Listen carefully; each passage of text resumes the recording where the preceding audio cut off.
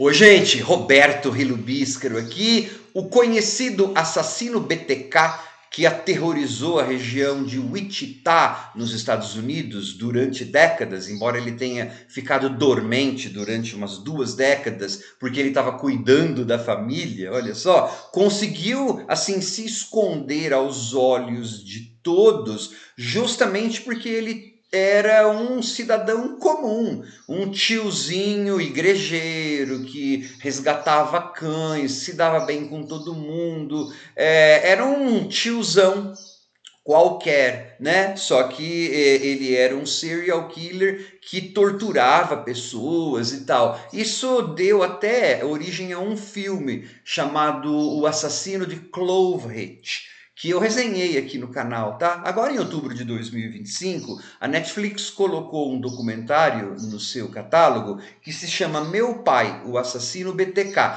Então, está contando a história sob a perspectiva da filha, que ainda diz ser hostilizada por um monte de gente que não acredita que a família não percebia que ele era um serial killer, né? E ela diz: ele era o meu pai, ele era normal. Na verdade, é verdade, né, gente? O sucesso, né, de ele ter passado despercebido era justamente porque ele conseguia disfarçar muito bem a sua psicopatia ou algo assim. É claro que a moça lá fala: meu pai era super legal, eu amo meu pai, mas ela não vê mais o tiozão, nada, mas é o pai dela, né? Ela fala: ele era muito legal, ele deixava eu fazer tudo que eu queria, desde que fossem as coisas que ele estava fazendo. E ele mudava de humor de uma hora para outra. A gente nunca sabia direito se estava o papai legal ou o cara mais violento, mais rude. Mas isso não qualifica ninguém como serial killer, né? A gente conhece pessoas que mudam de humor de uma hora para outra. Então, essa moça, ela tem vários estigmas, né? Imagina crescer depois de amar o teu pai, tudo, saber que ele matou, destruiu tantas vidas e ainda ser julgada por isso. Aí então ela resolveu falar, inclusive o gatilho disso é o Stephen King. Como é esse gatilho, eu nem vou contar.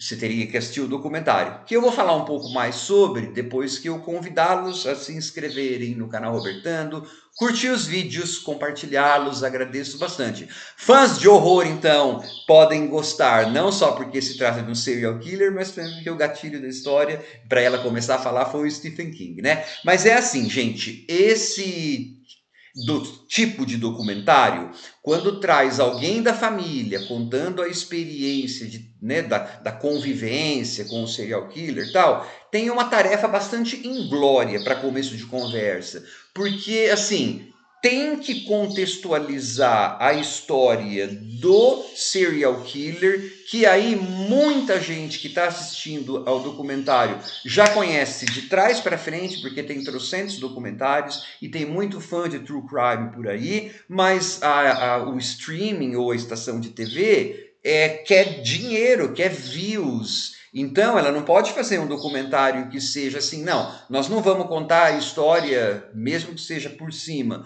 do BTK Killer, porque a gente está focando na moça. Não, senão eu, por exemplo, alguém ficaria perdido, mas eu não sei que história que é essa. Então, o documentário tem que pincelar algumas dos assassinatos, algumas das coisas que o pai dela fez e também, né, por isso que a tarefa inglória, dá espaço para a pessoa da família falar. Então, por isso que esse documentário, ele tem um jeitão no começo que parece meio difuso, até meio desconjuntado de forma geral, né? Porque você fala, mas o documentário quer o quê? O foco é nas experiências dessa moça ou é na história do BTK Killer? A história tinha que ser contada, senão não tem contexto. O público não fica na história se ele não tiver um contexto. Mas quem que é o pai dessa mulher? Né? Então, aí o documentário teve que fazer isso. É claro que tem algumas pessoas nesse documentário que são meio assim, expendable, são desnecessárias. O pessoal da mídia, por exemplo, tá lá, a repórter, a âncora, a informação que ela dá não serve nem para quem conhece o caso, né? Porque eu e o meu âncora ficamos de boca aberta quando ele revelou isso.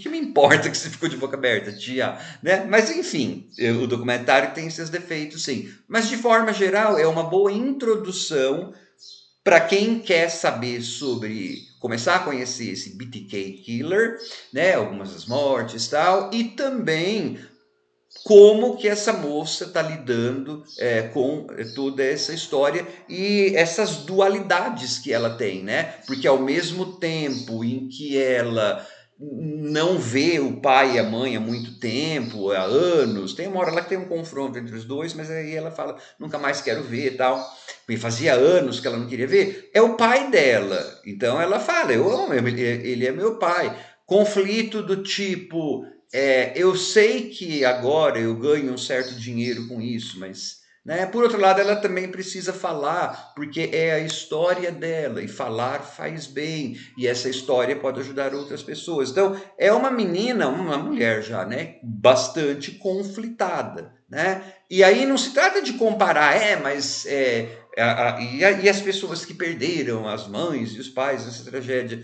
Não, a história é sobre ela, né? Ela tem a história dela, né? É claro que a gente odeia o BTK Killer e fica super assim triste por conta das pessoas que morreram, né? Mas existem outras pessoas envolvidas na história que são a família dele, né? Então esse documentário ele é bem interessante para fãs de true crime de forma geral, porque ele dá essa pincelada nos crimes e dá o depoimento da moça, com todos aqueles ornamentos que você conhece bem, né? Se você é fã de documentários de true crime, da Netflix, reportagens da época, os detetives falando algumas coisas e blá blá blá. Aí é assim, mas nossa, desconjuntado, não falou muito de como que era o assassino e tal. Então, vai e procura. Eu acho que até tem, né, na Netflix, deve ter, não me lembro se já resenhei ou não, ou se tem ou não, documentário sobre o BTK Killer. Se não tiver na Netflix, gente, no YouTube tá cheio, porque esse cara ficou famoso, infame, né? Tchau.